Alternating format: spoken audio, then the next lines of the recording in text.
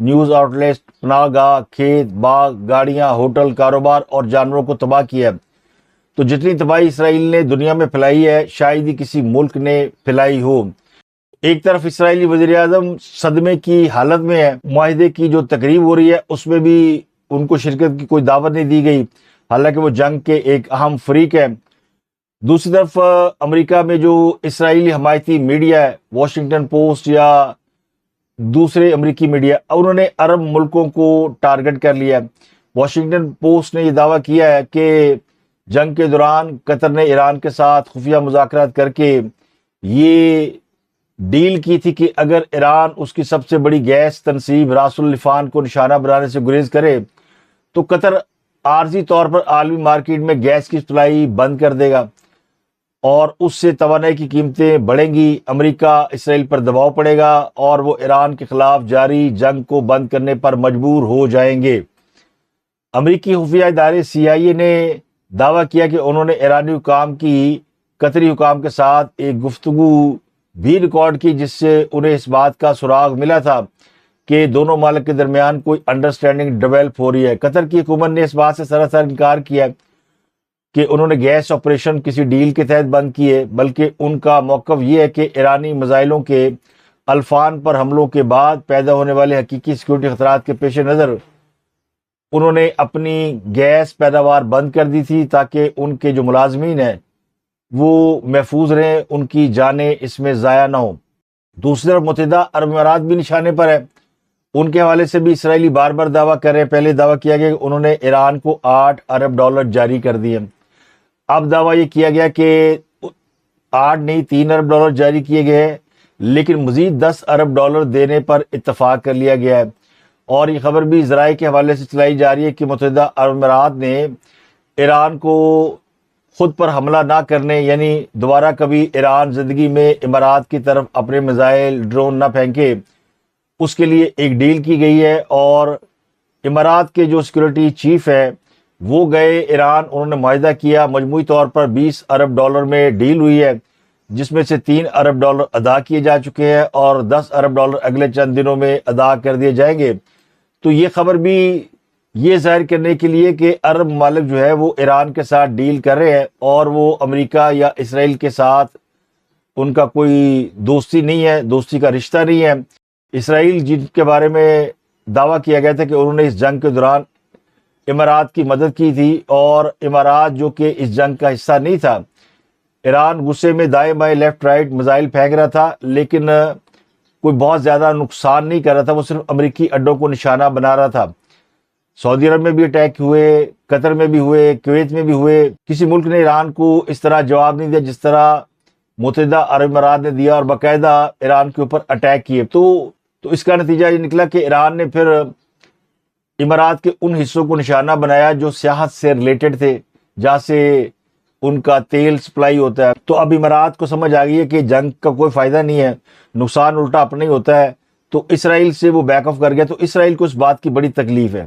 متحدہ عرب امارات ابراہیم ایکارڈ میں بھی شامل ہے، بحرین بھی شامل ہے، اور بحرین بھی اب اس میں سے نکلنے کی کوشش کر رہا ہے۔ یہ ملک سمجھ گئے ہیں کہ اسرائیل سے دوستی کا مطلب جنگ ہے اور لڑائی ہے، جبکہ انہیں خطے میں کاروبار کے لیے پیس درکار ہے، تو وہ مستقبل میں ایران کے ساتھ کوئی لڑائی نہیں چاہتے، اور اس لڑائی میں اگر امریکہ اور اسرائیل مل کر ایران کو نہیں جھکا سکے تو پھر اسرائیل سے دوستی کا فائدہ نہیں ہے، بلکہ دوستی تو طاقتور سے ہوتی ہے، تو وہ ایران سے دوستی کریں۔ حالانکہ متحدہ عرب امارات نے اس بات کی تردید کی ہے اور انہوں نے کہا ہے کہ ہم نے کسی کے ساتھ کوئی ڈیل نہیں کی، نہ کسی کو پیسے ادا کیے، یہ ہوائیاں کسی دشمن نے اڑائی ہیں۔ تو آپ سمجھ رہے ہیں قطر اور متحدہ عرب امارات اس وقت اسرائیل اور یہودیوں کے نشانے پر ہے۔ قطر چونکہ مذاکرات کا حصہ ہے، وہ ایران اور امریکہ کے درمیان کئی معاملات کو طے کرانے میں کامیاب رہا ہے۔ بہت سے معاملات پاکستان نے طے کرائے، لیکن کچھ معاملات میں قطر کو بھی گارنٹر کے طور پر شامل ہونا پڑا ہے، تو قطر کی تکلیف ہے۔ اور امارات نے اب چونکہ فیصلہ کر لیا ہے کہ وہ اسرائیل کے ساتھ مزید دوستی نہیں رکھے گا، کوئی ان کے ساتھ تجارتی لین دین نہیں کرے گا، تو اسرائیل نے اس کو بھی نشانے پہ رکھ لیا۔ اگلی خبر آزاد کشمیر سے، اور ایک اچھی خبر ہے کہ وہاں پر احتجاج تو جاری ہے، دھرنے بھی ہو رہے ہیں، لیکن اس میں سے اب پاکستان مخالف بیانیہ نکل چکا ہے، مظاہرین میں چونکہ عورتیں اور بچے بھی شامل ہیں تو اس لیے ایک انڈرسٹینڈنگ ڈیولپ کی گئی ہے، جس کے تحت دن کو یہ دھرنا کریں گے، تقریریں کریں گے، اجتماع منعقد کریں گے اور شام کو یہ لوٹ جائیں گے کسی محفوظ مقام کی طرف، کیونکہ بہت سے کشمیریوں کو مقامی کشمیریوں نے رہائش دے رکھی ہے۔ آپ یہ کہہ سکتے ہیں کہ دھرنے ختم بھی ہو گئے ہیں اور نہیں بھی ہوئے۔ کل باقاعدہ کالعدم عوامی ایکشن کمیٹی نے دھرنے منتشر کیے تھے، تو خبریں یہ تھی کہ شاید کسی فوجی ایکشن کے پیش نظر یہ وہاں سے منتقل ہو گئے ہیں، لیکن جو میری اطلاعات ہے وہ یہ ہے کہ اب صورتحال بالکل بدل چکی ہے اور نوعیت بھی بدل چکی ہے۔ احتجاج میں اگر آپ دیکھیں جو رہنماؤں کی تقریریں ہیں وہ بالکل مختلف ہے۔ کیا میں پاکستانی عوام سے کہنا چاہتا ہوں، یہ لاکھوں کا مجموعہ آپ سے کہہ رہے ہیں، کیا ہم پاکستان کے خلاف ہیں؟ کیا ہم پاکستان کے خلاف ہیں؟ پاکستانی ریاست کے خلاف ہے؟ پاکستانی عوام کے خلاف ہے؟ پاکستانی عوام ہمارے بھائی ہیں، ہمارے بھائی ہیں، ہم اس کے خلاف نہیں ہیں۔ نذیر کشمیری ہو چاہے وہ شوکت میر ہو، تو غالباً ان کو بھی اندازہ ہو گیا کہ ان کی لائن اور لینتھ غلط ہو گئی ہے یا پھر ان کو ریڈ لائن بتا دی گئی ہے۔ اگر آپ کو عمران خان کے اسلام آباد میں دیے گئے دھرنے یاد ہوں تو کچھ اسی قسم کا ماحول ہے۔ جب شام کو لوگ جمع ہوتے تھے، وہاں پر گانا بجانا ہوتا تھا، پارٹی ہوتی تھی، پھر ایک آدھ خاص اب کی تقریر ہوتی تھی اور لوگ گھروں کو لوٹ جاتے تھے، اگلے دن پھر شام کو پارٹی کرنے کے لیے آ جاتے تھے۔ تو کئی دنوں تک یہ سلسلہ جاری رہا۔ وجہ کیا تھی کہ وہاں بھی دھرنے میں بچے، خواتین، ینگ لڑکیاں یہ سب موجود تھے، تو وہاں بھی طاقت کا استعمال کرنا ریاست کے مفاد میں نہیں تھا۔ تو کچھ اسی قسم کی سہولت کشمیری مظاہرین کو بھی فراہم کر دی گئی ہے۔ ریاست وہاں پہ اب کسی قسم کی طاقت کا استعمال نہیں چاہتی اور اب یہ دانستہ طور پہ کیا گیا ہے۔ مظاہرین نے، ان کو اندازہ تھا کہ اگر ہجوم میں بچے، خواتین کو لے کر جائیں گے تو شاید ریاست ان کے اوپر ڈنڈا نہ برسائے، کوئی ایکشن نہ کرے۔ اگر یہ بچے اور خواتین شامل نہ ہوتے تو پھر یہ جو مظاہرین ہیں یا احتجاج کرنے والے لوگ ہیں، جس قسم کی ان کی زبان رہی ہے، تو صورتحال قطعی مختلف ہوتی۔ اب کشمیریوں پہ ہاتھ ہلکا کرنا پڑ گیا، تو جو زبان جلسوں میں بولی جا رہی تھی، جو ویڈیوز ہم دیکھ رہے تھے، ان میں بڑی حد تک تبدیلی آ چکی ہے۔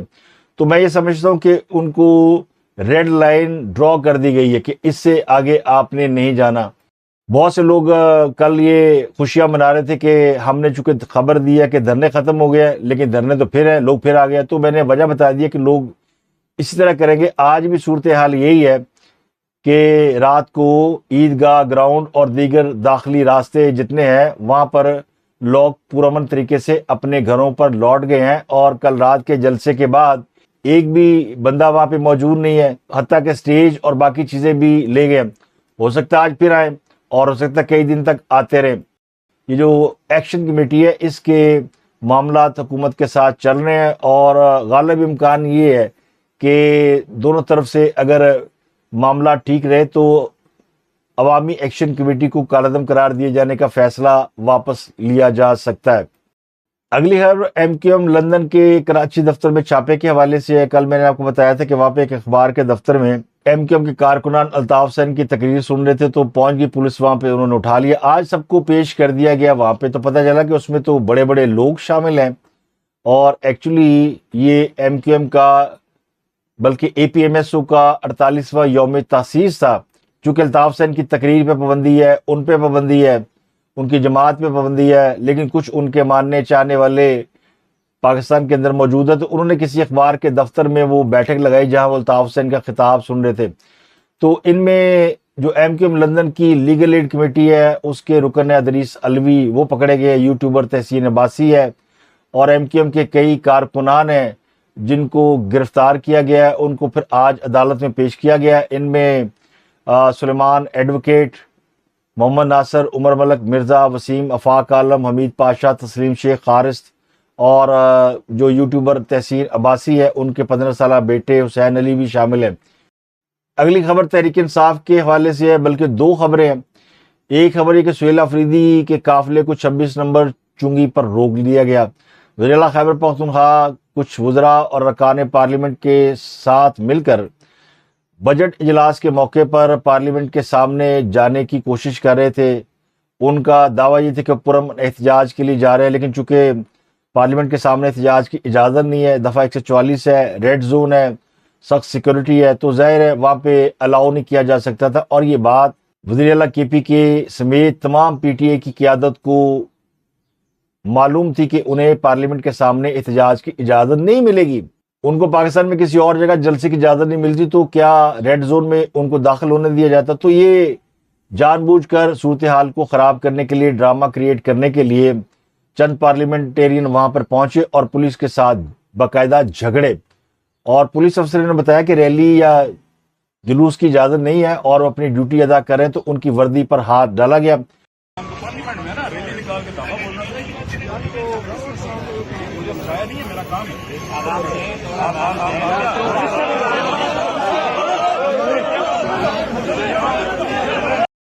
پولیس کو جب مارنے کی کوشش کی گئی تو پھر پولیس نے جواباً لاٹھی چارج کیا، 2-4 لوگ پکڑے بھی گئے اور ایک ایم پی اے صاحب کی بھی جو شلوار ہے وہ پھٹ گئی گھٹنے سے کیونکہ وہ بھاگ رہے تھے. ہاں منسٹر صاحب کو کیا ہوا؟ یہ بزدل حکومت ہے، بزدل اس کے حکمران ہے، اور یہ جو اس کی بریانی والا پولیس ہے نا، یہ ناسورگردی کر رہے ہیں. یہاں پہ آپ دیکھ سکتے ہیں 26 نمبر پر انہوں نے روڈ بند کیا ہوا ہے، پولیس جو ہے غنڈہ گردی پر اتر آئی ہے. اب آپ یہ تصور کریں کہ پاکستان کے جو لوگ جنہیں پاکستان کے عوام نے ووٹ دے کر پارلیمنٹ میں پہنچایا ہے، وہ ایک سزا یافتہ شخص کے لیے خوار ہوتے پھر رہے ہیں. اور جب پولیس نے ان کو منع کیا تو ان کے ساتھ الجھ پڑے، جان بوجھ کے ڈرامہ کریٹ کیا گیا اور پھر دعویٰ کیا گیا جی ہزاروں لوگ تھے. لیکن آپ دیکھیں کتنے لوگ پکڑے گئے، 3-4 لوگ حوالات میں ڈالے ہیں، ان کی ویڈیو بنا کے چلا رہے ہیں کہ ہمارے کچھ ساتھیوں کو پکڑ لیا گیا اور ہم پیچھے نٹیں گے. تو یہ سارا جو ایک سین تھا یہ آئی واش تھا تحریک انصاف کے کارکنوں کو بیوقوف بنانے کے لیے. اور یہ میں نہیں کہہ رہا، خود تحریک انصاف کے جو لوگ ہیں وہ سمجھتے ہیں کہ ان کو چیٹ کیا جا رہا ہے، ان کو بیوقوف بنایا جا رہا ہے. اور پارٹی کی جو قیادت ہے، خاص کر کے پی کے لوگ، وہ عمران خان کی رہائی میں سنجیدہ نہیں ہے. اس وقت جو کے پی کی گورنمنٹ ہے، سہیل افریدی، مینا خان یا لیفٹ رائٹ جو بھی لوگ ہیں، وہ ڈرامہ بازی تو انتہا کی کرتے ہیں، لیکن عمران خان کے لیے جو سیریس ایفرٹ ہونی چاہیے، جو اسٹریٹ پاور ہونی چاہیے، جو اسٹریٹجی ہونی چاہیے، وہ ان کے پاس نہیں ہے. اگر ہزاروں کی تعداد میں یہ لوگ آئے ہوتے تو چند پولیس اہلکار ان کا راستہ نہیں روک سکتے تھے. ایک معمولی سا ناکہ ہے 26 نمبر چنگی، اور جن لوگوں نے ایکشن کرنا ہو ان کے لیے 100 راستے ہوتے ہیں. تو یہ صرف ایک ڈرامہ کیا گیا. دوسرا، تحریک انصاف کے لوگ بڑے پریشان ہیں، اور خاص کر جو ان کے لوگ سوشل میڈیا پہ ہوتے ہیں، کیونکہ پارٹی تو صرف سوشل میڈیا پہ رہ گئی ہے، وہیں پہ ڈسکس ہوتی ہے، وہیں پہ تحریکیں چلتی ہیں، وہیں پہ فیصلے ہوتے ہیں، وہیں پہ قیادت کو شاباش ملتی ہے، وہیں پہ ان کو غدار ہونے کے القابات ملتے ہیں. اب یہ سارے پریشان ہیں کہ عمران خان کو کل رات اڈیالہ جیل سے نکالا گیا تو کہاں جائے گا. کچھ یوٹیوبر دعویٰ کر رہے ہیں کہ سہیل افریدی سے ملایا گیا، کچھ دعویٰ کر رہے ہیں کہ محمود اچکزئی سے ملایا گیا، اور جو میری اطلاع تھی کہ ان کو نکالا گیا تھا، جیل سے لے جایا گیا تھا، اور اس سے پہلے پیمز اطلاع دی گئی تھی کہ ایک خاص مہمان، ایک خاص پیشنٹ لایا جائے گا تو تیاریاں کر لیں. 2 دن پہلے بتا دیا گیا تھا، اور پھر یہ خبر چونکہ لیک آؤٹ ہو گئی، یہ بات پتہ چل گئی، کسی یوتھی ڈاکٹر نے بتا دیا کہ عمران خان کو لایا جا رہا ہے. تو اس کے بعد سیکورٹی کے پیش نظر عمران خان صاحب کو راستے سے ہی واپس لے جایا گیا. لیکن تحریک انصاف والوں کو یقین نہیں آ رہا، ان کو لگ رہا ہے نہیں عمران خان کی بڑی ڈیل ہو گئی ہے، اور ان کو فوج نے بلا کے وہاں پہ لڈو پیڑے کھلائے ہیں، لسی وسی پلائی ہے، ان کو مرغے کھلائے ہیں. ہاں سب کا شوق ہے دیسی مرغا کھانا، وہ کھلایا گیا، ان کی چمپی ومپی کرائی گئی کہ تیار ہو جائے، جلد ہی آپ کو شہباز شریف کی کرسی پہ بٹھا دیا جائے گا، اور اس کے بعد انہیں واپس آنے والی تھا یعنی جیل پہنچا دیا گیا. تو خواب دیکھنے میں کوئی پابندی نہیں ہے. تو تحریک انصاف والے اب کس خواب پہ یقین کریں، کیونکہ ان کے ویلاگر اور یوٹیوبر تو کہہ رہے ہیں کہ وڈی گل ہے، ان کو لے جا کے ان کے مستقبل کے لیے معاملہ طے کر لیے گئے، جبکہ جو واقفہ نحال ہے وہ کہتے ہیں کہ کھایا پیا کچھ نہیں، گلاس توڑا باہر آنے. اگلی اور پاکستانی فوج کے حوالے سے، پاکستانی فوج ہمیشہ پاکستان کا نام اونچا کرتی ہے، اور اس بار بھی کیا. پاکستان ملٹری اکیڈمی کی نمائندہ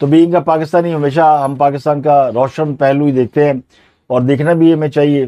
اب تک کے لیے اتنا ہی. آپ سے ملاقات ہوتی اگلے ولاگ میں. اپنا گردن و اگلوں کا بہت خیال رکھیے گا.